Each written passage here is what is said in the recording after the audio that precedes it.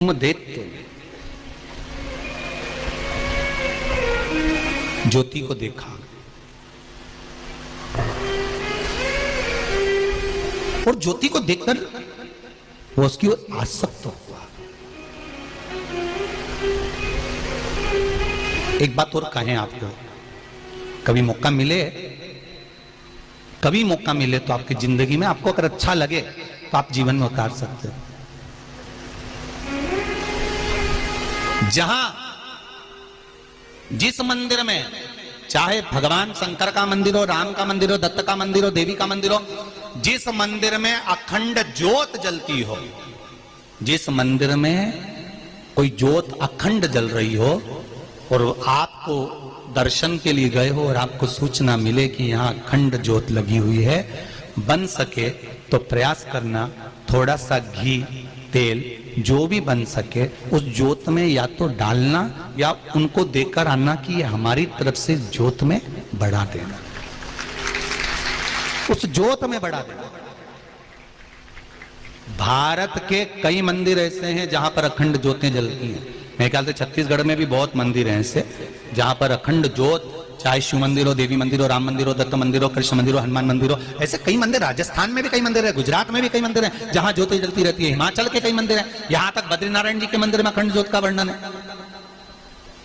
जहां अखंड ज्योत प्रकट होती है, जहां अखंड ज्योत, चाहे माता का मंदिर हो, शिव मंदिर हो, देवी का मंदिर, वहां प्रयास करो कि जब दर्शन करने जाओ, जब अपने मन में आ जाए कि यहाँ अखंड ज्योत जलती है, हम हमारे घर में अखंड ज्योत नहीं जला सकते, हमारे यहाँ अखंड ज्योत नहीं जल पाती, तो प्रयास करो कि थोड़ा सा घी तेल अगर बन सके या कोई धन, थोड़ा सा संपदा जो भी बन सके कि हमारी तरफ से 1 महीना, 15 दिन, 20 दिन, 25 दिन, कुछ नहीं तो आधा घंटा हमारी तरफ से ये थोड़ा सा घी है, थोड़ा सा तेल है, आप ज्योत में डाल देना, ये ज्योत जल जाए। क्यों? क्योंकि ये ज्योत, जब जैसे आपको कहा कि पीपल के वृक्ष के नीचे, बेलपत्री के वृक्ष के नीचे, आंवले के वृक्ष के नीचे हम दिया लगाते हैं तो उसका प्रकाश हमारे घर में रहता है। हम जिस जगह पर अखंड ज्योत जलती है वहां थोड़ा सा भी समर्पण करते हैं तो उस अखंड ज्योत की अखंडता का फल हमारी 71 पीढ़ी को प्राप्त हो जाता है और हमारी पीढ़ी तर जाती है। उस अखंड ज्योत का फल हमको मिले। कई लोग घबराते हैं, अरे उस मंदिर में जाएंगे और वहां अखंड ज्योत जल रही है और पंडित जी ने कह दिया तो कि हमको घी दे दो। तीर्थ में जाओ तो वहां पंडा लोग आपको पकड़ते हैं और आप घबराते हैं। पंडित जी मिलेंगे, वो कहेंगे कि हम तो तुम्हारे पंडा हैं और हम तुम्हारे पंडा हैं, तुम्हारा नाम हमारे पास लिखा है। तीर्थ पुरोहित से, कौन से पुरोहित? जम के बोलो जरा। तीर्थ पुरोहित, तीर्थ के पंडा से, तीर्थ के ब्राह्मण से, तीर्थ के पुरोहित से, तीर्थ के पंडितों से, तीर्थ के पंडाओं से कभी मत घबराओ। जब हमारे पूर्वज तीर्थ करने जाते थे, इनके पास जाते थे। आज तो तुम तीर्थ करने जाते हो तो होटल का रूम मिल जाता है, खाने के लिए मिल जाता है। पुराने समय के हमारे दादा परदादा जब तीर्थ जाते थे, ना रुकने की जगह मिलती थी, ना भोजन की जगह मिलती थी। तब ये हमारे तीर्थ के पंडा, तीर्थ पुरोहित, तीर्थ के ब्राह्मण अपना घर में से बाहर निकल जाते थे, अपने घर में अपने माता पिता को, पूर्वजों को रुकाते थे कि तुम रुको, अंदर चूल्हा है, आटा रखा है, बनाओ खाओ। घर के लोग, ब्राह्मण, पंडित, तीर्थ के पुरोहित घर के बाहर निकलकर मंदिर में जाकर सो जाते थे अपनी पत्नी और बच्चों को लेकर, और अपने आए हुए जजमानों को घर के अंदर कर देते थे कि तुम खुश रह लो, तुम सुखी से रह लो, तुम 4 दिन के लिए आए हो, 8 दिन के लिए आए हो। जब हमारे घर के पूर्वज जाते थे तो पंडाओं के पास अपना नाम लिखा कर जाते थे, पंडित जी मेरा टिकट का पैसा नहीं है। तीर्थ पुरोहित अपनी पत्नी की चूड़ी बेचकर किराया दे देता था, तुम चले जाओ, जब हम आएंगे ना तुमसे वहीं पर ले लेंगे, घबराना नहीं। इन तीर्थ पुरोहितों से, इन तीर्थ के पंडाओं से, इन तीर्थ के ब्राह्मणों से डरना नहीं, बल्कि शान सत्ता से कहकर आना, यह हमारे तीर्थ का पंडा है, पंडा जी देखो हमारे दादाजी का नाम मिलेगा। पंडा जी पोथी खोलेंगे, कितना पोथी को मेंटेन करते हैं। आज के जमाने में लैपटॉप मेंटेन नहीं होता, पंडा जी पोथी को मेंटेन करते हैं। तुम्हारे दादाजी आए थे, इतनी तारीख को आए थे, उनके साथ में 4 मित्र आए थे, 5 लोग थे, एक लेडीज थी, तो जेंट्स थे। तुम्हारे बाद में तुम्हारा भाई भी आया था, फिर उनके पुत्र भी आए थे। पूरा खाता पंडा जी ने खोल कर तुम्हारे सामने रख दिया। हमने हमारे परदादा को नहीं देखा, पर उनका नाम जब अपने खाते में देखो ना तो आंख में से आंसू झड़कर खुशी होती है कि मेरे पूर्वज इस तीर्थ को करने के लिए आए थे, इस तीर्थ में आए थे। यहाँ लिख कर गए हैं, मेरे दादा परदादा आए थे, उनका नाम आज तक उस तीर्थ की डायरी में, उस तीर्थ की किताब में लिखा हुआ है। तुम्हें गौरव महसूस होना चाहिए, तुम्हें आनंद महसूस होना चाहिए कि जिस समय पर ना होटल थी ना धर्मशाला थी, कुछ भी नहीं था, तब पंडा अपना घर दे देता था, भोजनशाला का भोजन दे देता था, उनको पेट भर के भोजन कराता था। टिकट नहीं होता था तो टिकट बनवा कर देता था, अपने घर की पत्नी की चूड़ी अंगूठी बेचकर टिकट का पैसा दे देता था। ऐसे पंडाओं को तो जाते से धन्यवाद देना चाहिए कि आपका धन्यवाद है जो आपने सनातन धर्म को जोड़ कर रखा है। आज भी सनातन धर्म को तीर्थ में तीर्थ पुरोहित जोड़ कर रखे हैं, तीर्थ के ब्राह्मण जोड़ कर रखे हैं, तीर्थ के पंडित जोड़ कर रखे हैं।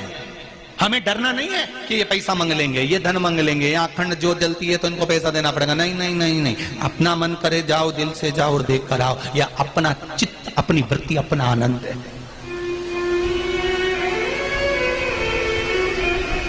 हुंड ने देखा, भूम ने ज्योति को देख लिया, ज्योति बड़ी सुंदर थी, और भूम ने देखा ज्योति बड़ी सुंदर है तो हाथ पकड़ना चाहा।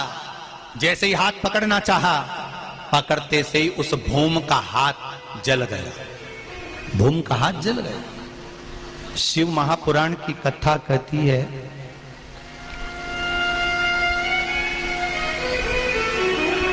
जो शिव मंदिर में दीप लगाता है, देवी मंदिर में दीप लगाता है, या माता शिव और शक्ति के नाम का दीप बेलपत्री के वृक्ष के नीचे लगाता है, उसकी जिंदगी में उसके बच्चों को कभी उदर से जुड़ा हुआ रोग नहीं हो सकता। शिव और शक्ति, शंकर और पार्वती, एक प्रयास करना, जिनके पेट में तकलीफ रहती हो, उदर में तकलीफ रहती हो, पेट दुखता ही रहता हो, भोजन पचता नहीं हो, या बड़ी बड़ी बीमारी पेट से जुड़ी हो जाती है।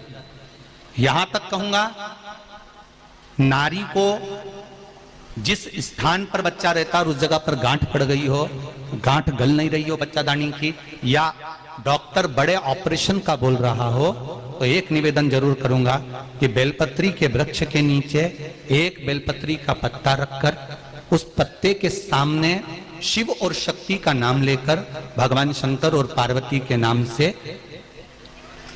2 बाती का दीप, कितनी बाती?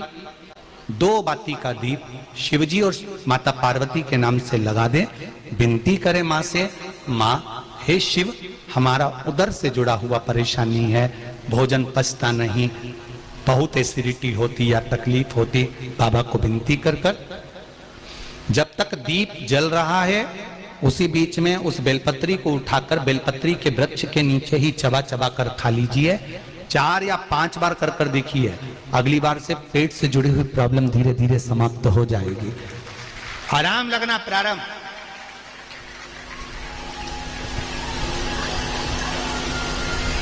शिव का स्मरण करना, शंकर की भक्ति। तेरी कृपा बिना न हिले एक भी अणु, लेते हैं श्वास तेरी कृपा से तनो तनो। शंकर और पार्वती अलग नहीं है। जो शिव का भजन करते हैं, अगर वो सोचे हम पार्वती का भजन नहीं करते, हमें पार्वती से मतलब नहीं, हमें देवी जी से मतलब नहीं, तो भी शंकर नहीं मिल सकते। जो पार्वती का भजन करते हैं, देवी का भजन करते हैं, वो कहते हैं हमें शंकर से मतलब नहीं, तो भी पार्वती नहीं मिल सकती, मांबे नहीं मिल सकती। जो राम का भजन करते हैं और कहते हैं हम शंकर का भजन नहीं कर सकते, हमें शिव से मतलब नहीं, तो राम नहीं मिल सकता। कृष्ण का भजन करते हैं, हमें शंकर से मतलब नहीं तो कृष्ण नहीं मिल सकता। मेरे भगवान की कथा कहती है 33 कोटि देवी देवता भी जिसका भजन करते हैं वो देव अधिदेव महादेव है, वो साधारण नहीं। अकाल मृत्यु वो मरे जो काम करे, चंडाल का काल उसका क्या बिगाड़े, जो भक्त हो महाकाल का। जो शंकर की आराधना करता है उसका बाल बांका नहीं हो सकता। पार्वती जी ने शिव जी से कहा, भोलेनाथ हमारी पुत्री ज्योति पर ये दैत्यों की दृष्टि पड़ रही है, क्या करा जाए? करें क्या? शंकर भगवान ने कहा बेटी का विवाह कर दो। बेटी का विवाह कभी आपने सोचा है? आपके घर में जो ज्योति लगाते हो, अखंड ज्योति लगाते हो, तुम्हारे घर में जो दीप लगाते हो, उस ज्योति का भी कभी विवाह हुआ है? उस ज्योति का कभी विवाह हुआ है? पर शिव महापुराण की कथा कहती है नातस्य के साथ में ज्योति का विवाह किया गया। किसके साथ में हुआ है? नातस्य के साथ। भगवान शंकर ने कहा इस ज्योति की शादी कर देना चाहिए, इसका पति आ जाएगा तो दैत्यों की दृष्टि पड़ेगी नहीं। बेटियां जब तक कुमारी रहती हैं उन बेटियों से निवेदन है, चाहे आप बहू हो चाहे बेटी हो, मेरा निवेदन केवल इतना सा है कि आप आज के समय के नाटक, सीरियल या फिल्म को देखकर अपने पहनावे को मत पहनो।